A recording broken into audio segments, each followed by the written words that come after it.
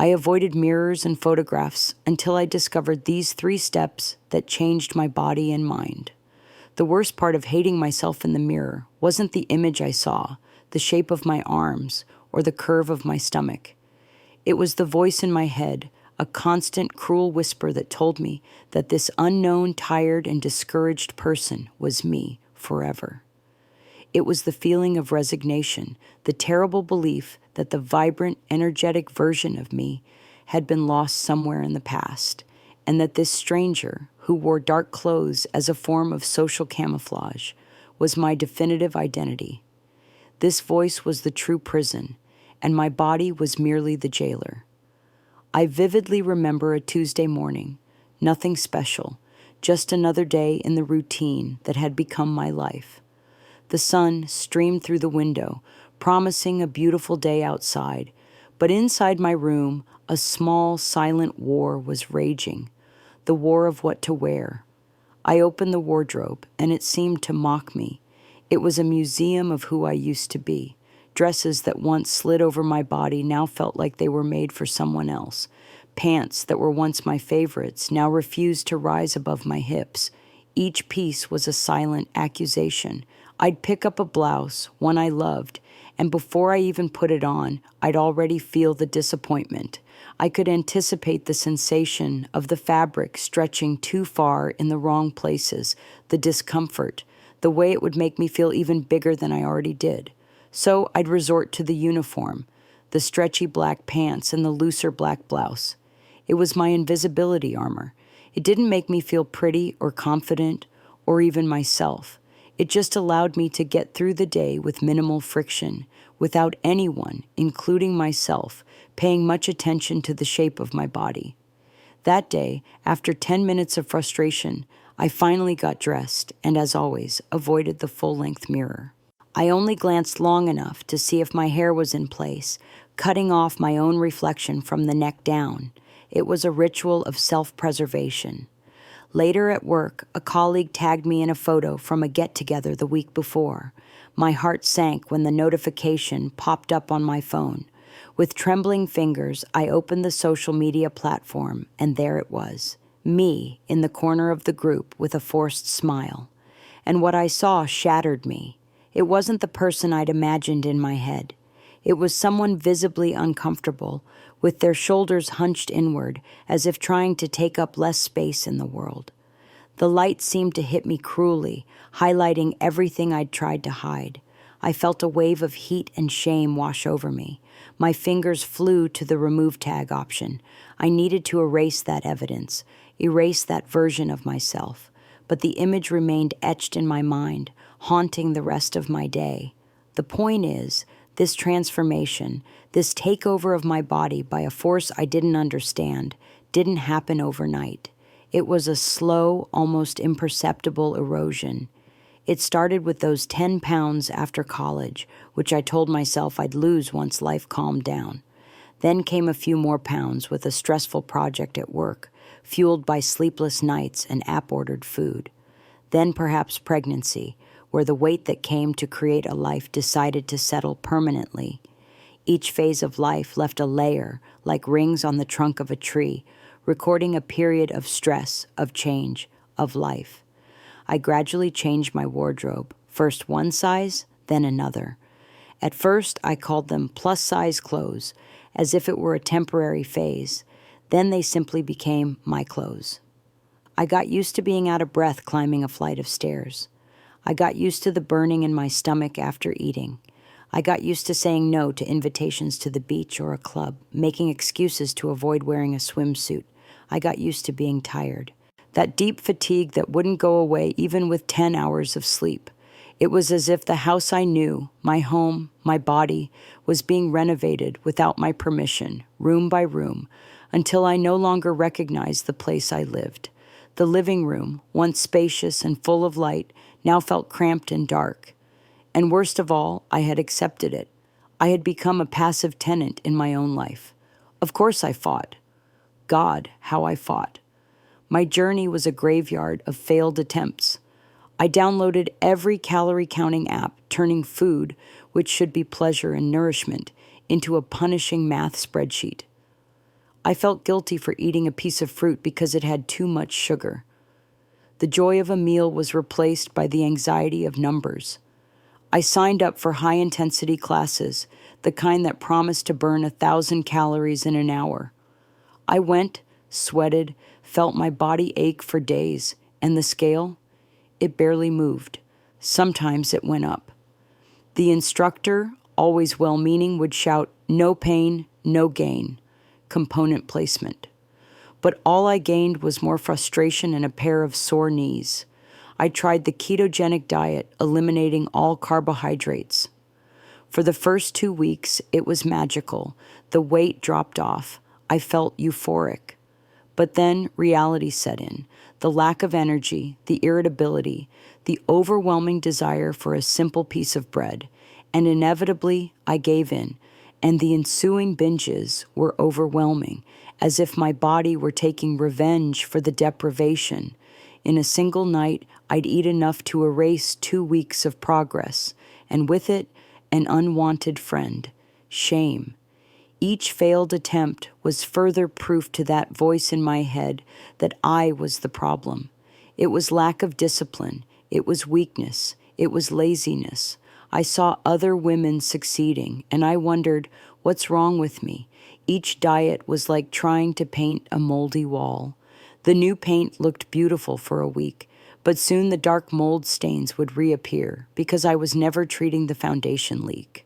I was just dealing with the symptom over and over again.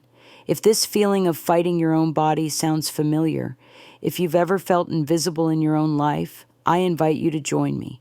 Subscribe to the channel and turn on notifications because the journey out of this place begins now, and I want you to come along. I was trapped in this vicious cycle of trying, failing, and blaming, and honestly, I was about to give up. To accept that tired, unhappy version of myself was my destiny. The breaking point, the moment when resignation turned to rebellion, wasn't dramatic. It was quiet. It was during a routine doctor's appointment. I was there, sitting in that uncomfortable chair, wearing that paper apron that humiliates anyone. I talked about the fatigue, the weight gain that wouldn't respond to anything, the mental fog that seemed to have settled over my head. I hoped for some insight, some help.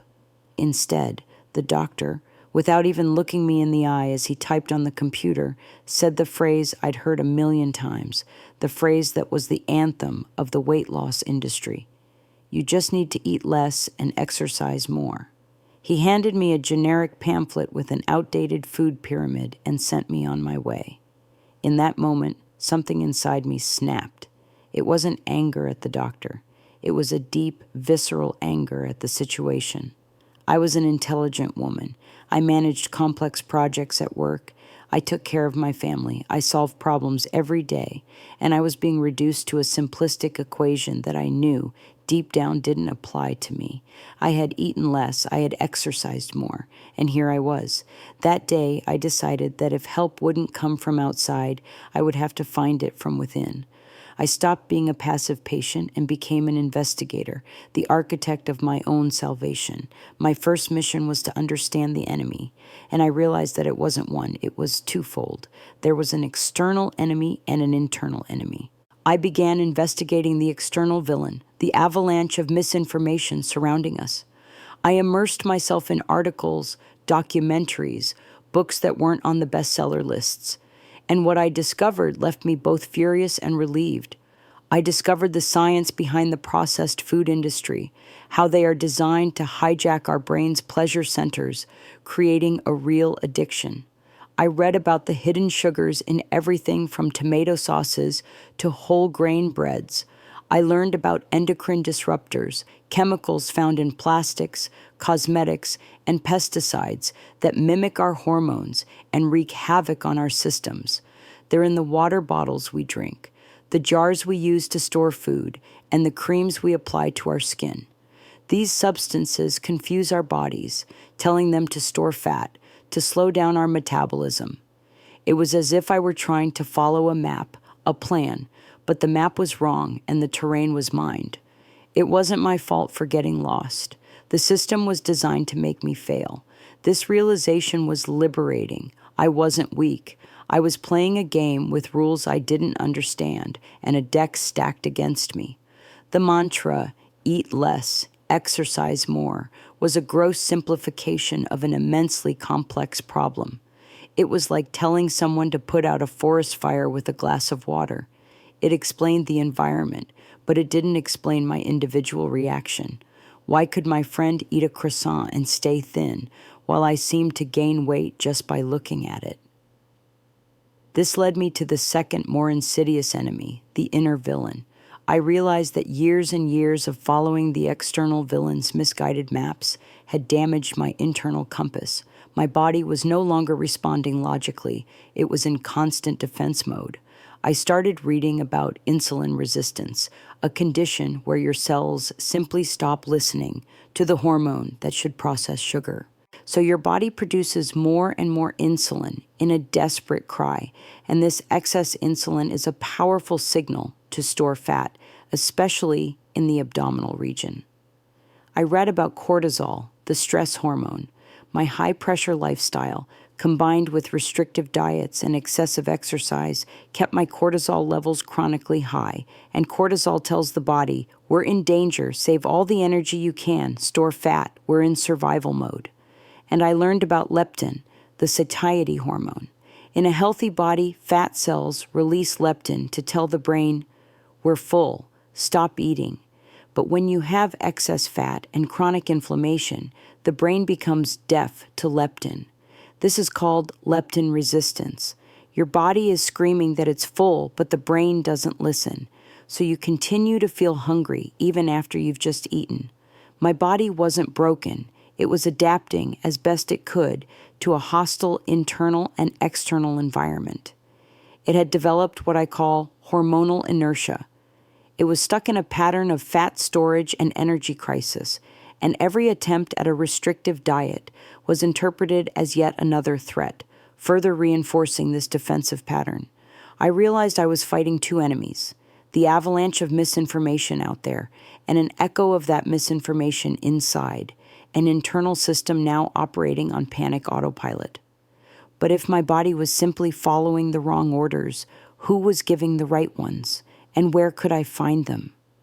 I spent years blaming myself, thinking it was a lack of discipline. Have you ever felt this way, like you were doing everything right but nothing was working? Tell me in the comments what was the most frustrating diet or advice you've ever followed. Let's see, we're not alone. The discovery of the twin villains was the end of the guilt, but the beginning of a new and frightening question. If everything was so messed up, where did I start to fix it? I needed a new paradigm. With guilt replaced by curiosity, my quest shifted. I was no longer looking for a magic diet or a secret exercise. I was searching for the original instruction manual for the human body.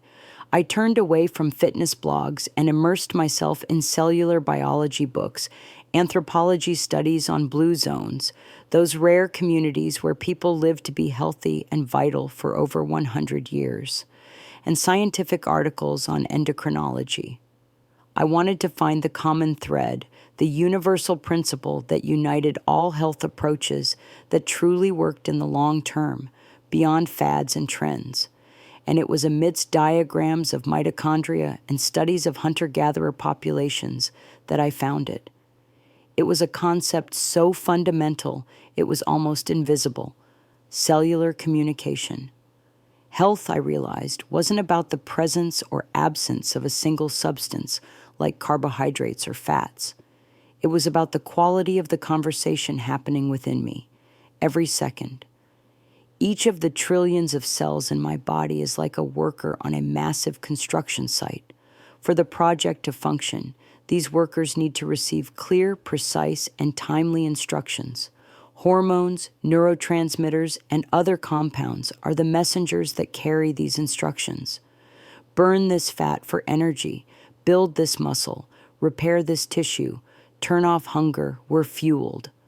The problem, the root of all my struggle, was that my communication line was in chaos.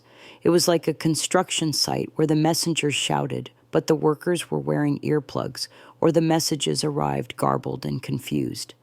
This was the great revelation, what I call the aggregating revelation framework. This new knowledge didn't invalidate everything I knew. On the contrary, it made sense of it all. It was the missing piece of the puzzle, the lens that finally brought everything into focus. The low-calorie diet failed because, in a state of alarm, my body interpreted the restriction as hunger and sent panic messages to slow down my metabolism and store everything. Intense exercise failed because, with cortisol already skyrocketing, my body perceived the exercise message not as a stimulus to get stronger, but as another attack from a predator, reinforcing the need to store energy. The short-term ketogenic diet worked initially, but failed in the long term because, although I changed my fuel, my cells' deafness to hormonal signals, insulin and leptin resistance, remained. I was putting high-quality fuel into an engine that couldn't respond properly. Now I understood why nothing worked completely.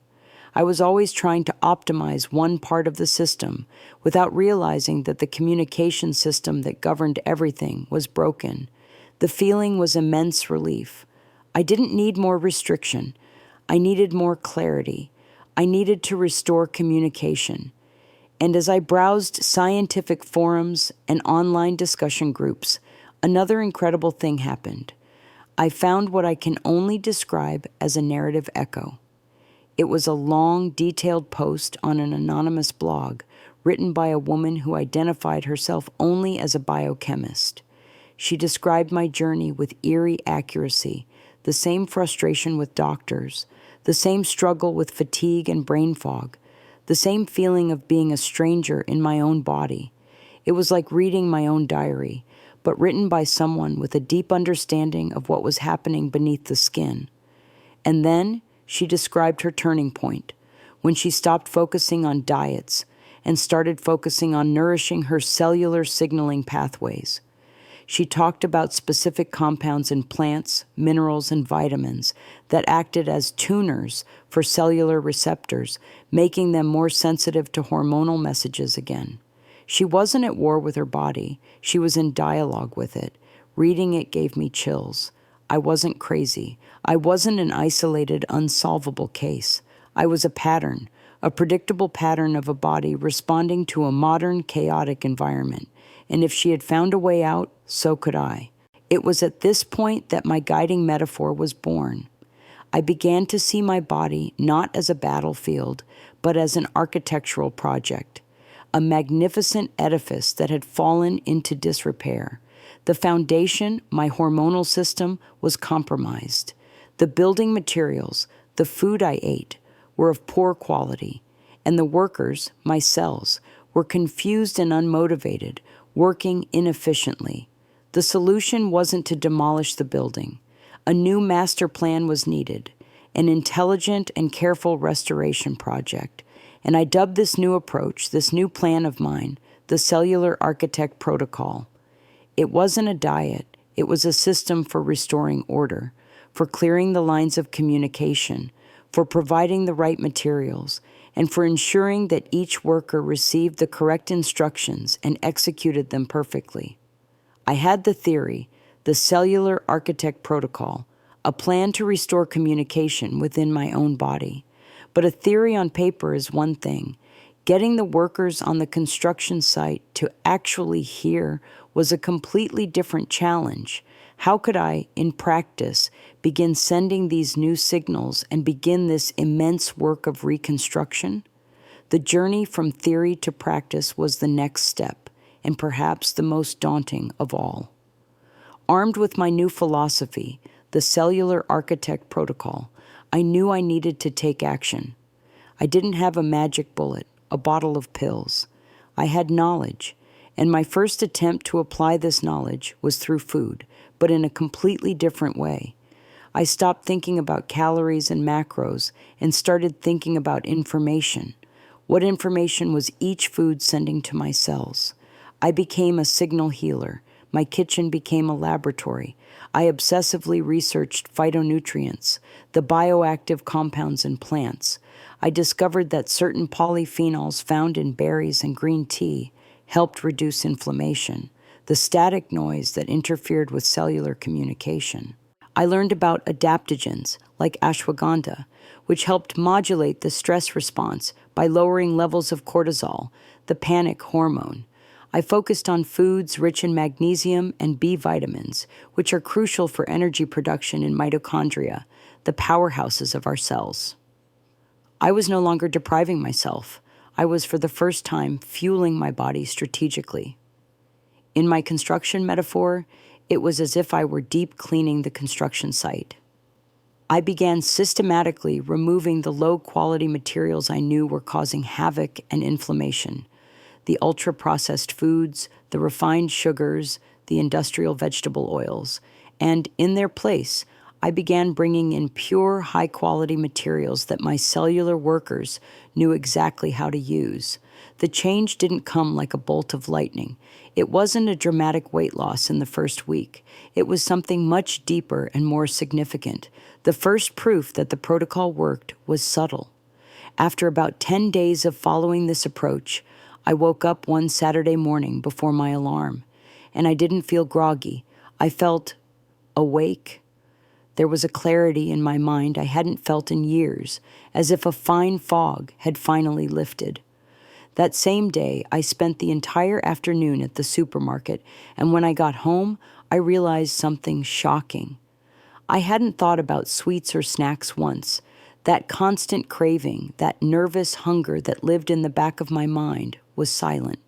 The scale had barely budged, maybe a pound less, but the architecture of my internal energy was being redesigned. The silence of the nervous hunger was the first audible sign that order was being restored to my internal construction site. It was a small victory, but for me it was monumental. It was the proof of concept I needed. My body wasn't broken. It was just being misinterpreted, malnourished, misunderstood. However, this approach, while effective, quickly revealed its own challenges. Maintaining consistency was incredibly difficult. Finding all those specific ingredients, often organic and high quality, was expensive and time-consuming. I spent hours meal planning, cooking, and prepping everything to ensure I was sending the right signals. And the quantity, to get the therapeutic effect of some of these compounds, I would have to eat kilos of certain vegetables or drink liters of tea. I felt like a medieval alchemist, always measuring, mixing, waiting for the right result. It was exhausting. Life happened, a stressful workday, a trip, a dinner with friends, and the protocol was broken, and I felt the difference almost immediately. The brain fog would return, the sugar cravings would wave goodbye. The results were promising, but fragile and inconsistent. I had a glimpse of what was possible, of the beautiful, functional home I could build. But my construction method was artisanal and slow. I felt, with frustrating clarity, that it was like trying to build a skyscraper by carrying one brick at a time, on my back, climbing stairs. Yes, it was possible. The foundation was slowly being repaired, but it was a brutally inefficient process. I saw the final design in my mind, but the scale of the work demanded better, more precise, and more powerful tools. I had proof that my body wasn't broken, just misunderstood. The cellular architect protocol worked, but I also knew that to truly rebuild my health at the speed and scale I needed and deserved, to transform my house from ruins into a sanctuary of well-being, I didn't need more effort. I didn't need more willpower. I needed precision. I needed a way to deliver the right instructions in the right dose every day, consistently and unfailingly, so that the rebuilding could finally gain momentum and become my new permanent reality. The spark of hope my kitchen experiments ignited turned into a fire of determination. The question in my mind evolved. It was no longer what works, but what works most efficiently, consistently, and potently. My research, which had previously focused on foods, now turned to the biochemistry behind them. I wanted to isolate the most effective messengers, the active compounds that were making a difference. That's when my search took me from recipes to clinical studies. And here, The validation I felt was overwhelming. I found dozens of scientific studies published in reputable journals that tested the exact phytonutrients I had empirically identified. I saw graphs showing how concentrated green tea extract improved insulin sensitivity. I read about randomized double-blind trials proving the efficacy of certain adaptogens in reducing cortisol levels by up to 30%. I saw data on how specific minerals like chromium and magnesium were essential for glucose metabolism, acting as keys that helped unlock cells for energy. I read testimonials, not on weight loss blogs, but within these studies from participants who reported not only weight loss, but also increased energy, improved mood, and mental clarity. It was no longer my crazy theory. It was established science. Other architects in white coats and cutting-edge laboratories had already tested, measured, and validated these high-performance building materials. My intuition was right, but science reassured me. And amidst all this reading, one word kept appearing, a concept that became my final epiphany: therapeutic dose. It was the link that connected my frustrating kitchen experience with the impressive results of the studies. One study in particular compared different dosages of a polyphenol. A low dose showed no statistical effect. A very high dose caused side effects. But there was a dosage range, a golden window, where results were optimal and safe. The efficacy lay not only in the compound, but in its precise concentration and its synergy with other compounds. At that moment, the inconsistency of my results made perfect sense. One day, I might reach the therapeutic dose of a nutrient by eating a large salad, but the next, in my rush, I fell far short. My kitchen laboratory was a mess of imprecision. I could never guarantee that I was giving my cells the exact information they needed every day. I was trying to conduct a symphony orchestra using a whistle.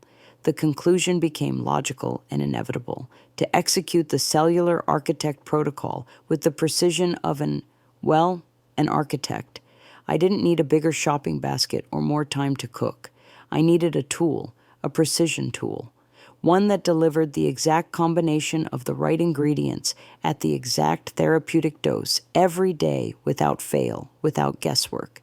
The only way to ensure this precision, to transform my approach from an inconsistent hobby into a professional protocol, was through a concentrated, pure, and scientifically calibrated formula. I no longer needed guesswork. I needed the architect's blueprint, not in a pile of scattered papers, but consolidated into a single, powerful tool. I needed the essence of my protocol in a capsule. This wasn't about looking for a shortcut or a magic pill. It was the opposite. It was about honoring all the research and hard work I had done, and giving that knowledge the best possible tool for its execution. It was the most logical and intelligent decision I could make on my journey of reconstruction. The search for the right tool had begun. With a clear new goal in mind, my research became laser-focused. I was no longer looking for ingredients, but for a formula. I created a rigorous list of criteria. The solution needed to contain the specific compounds my research had identified, such as green tea extract, ashwagandha, chromium, and magnesium. It needed to have them in their most bioavailable forms to ensure my body could absorb and utilize them. Most importantly, the dosages needed to match the therapeutic dose I'd seen in clinical studies. I spent weeks comparing products, reading labels with the attention of a detective, and discarding 99% of what I found because it didn't meet all my criteria. Finally, I found it. There was a single formula that seemed to have been designed from my own notes. It had the synergy, purity, and precision I was looking for. Heart pounding, I placed the order. When the bottle arrived, I didn't feel a magical euphoria. I felt a calm and a seriousness. This was my tool. The work would begin now. I started taking the capsules, keeping everything else in my routine the same. The first few weeks were an amplification of what I'd already experienced. My morning energy was more consistent. My sleep was deeper. The brain fog was gone for good. But the real change, the turning point, happened about 3 weeks later. I was sorting through my closet, determined to donate the clothes that no longer fit. I grabbed a pair of jeans, ones I hadn't been able to wear in at least 3 years. They were a symbol of my prison. I kept them as a form of punishment, a reminder of my failure. On impulse, I decided to put them on one last time before throwing them away, and they slipped on, without a struggle, without holding my breath. They rode up and buttoned easily. I stood in front of the mirror, shocked. I turned around, looking at them from every angle. It wasn't just the pants that fit, it was the person in them. I saw the curve of my waist, a shape I hadn't seen in years. I saw a lightness in my face. And for the first time in a long, long time, I didn't flinch from the image in the mirror. I leaned in, and I smiled. And it was then, in that moment, with the jeans that had been a symbol of my imprisonment now becoming proof of my freedom, that I knew I needed to stop my story and speak directly to you. If you've been with me this far, if you felt even a hint of my pain or a glimmer of my hope, please subscribe to the channel, because what I'm about to tell you now is the most important step of all. Your body, right now, can be like a high-performance car with the handbrake on. You step on the accelerator with diets and exercise, the engine roars, it uses a ton of fuel, but you barely move. The problem was never the engine. The problem is the brake, this hormonal inertia that keeps you trapped. The cellular architect protocol, delivered with the precision I finally found, is not a new engine. It's the key that releases the handbrake. Urgency isn't about the fear of your engine breaking down or your body wearing out even more. It's about the joy of finally feeling the acceleration you were built for. Every day you spend with the brakes on is one less day of open road ahead, one less day living to your full potential. I spent months, countless hours, and energy diving into the science, separating marketing from results. I became a curator of this information out of necessity, and because I know what it's like to feel lost and deceived, I curated it for you. I can't, due to platform rules, mention brand names or make direct claims, but what I can do is share my journey. I can tell you that the exact tool I used, the only formula that aligned all my rigorous research criteria, is available. To save you months of research and frustration, I decided to leave a direct link to it, the same one I use to this day, in the description and in the first pinned comment below this video. If you identify as a woman who is tired of fighting, who knows she is smart and capable, and who feels she just needs the right map and the right tool, then I invite you, woman to woman, to click this link and see for yourself. It's not an obligation, it's an opportunity, the opportunity to grasp the key. After that day with the jeans, the narrative of my life changed. A few months passed, and I went to a friend's birthday party. We were all in the garden, laughing, talking. Someone took out their phone and took a spontaneous photo of our group. In other times, the sound of the camera clicking would fill me with panic. I would instinctively hide behind someone or grimace, but at that moment, I didn't even think about it. I just smiled, a genuine smile, one that came from the depths of my soul. Later that night, my friend sent me the photo, and when I opened it, I cried. But for the first time, they were tears of joy. In that photo, I didn't see a woman who had lost weight. I saw a woman who had returned. I saw the light in my eyes. I saw the confidence in my smile. I saw the peace of someone no longer at war with themselves. I was no longer focused on analyzing every part of my body. I was focused on the joy of that moment. The architect was finally standing, admiring her masterpiece, not a concrete and steel edifice, but a rebuilt life, and she was finally, completely home. Your journey of rebuilding can begin today. Don't forget to subscribe. Share this video with a woman who needs to hear this message, and click the link below to learn about the tool that gave me the precision to rebuild myself. Thank you for listening.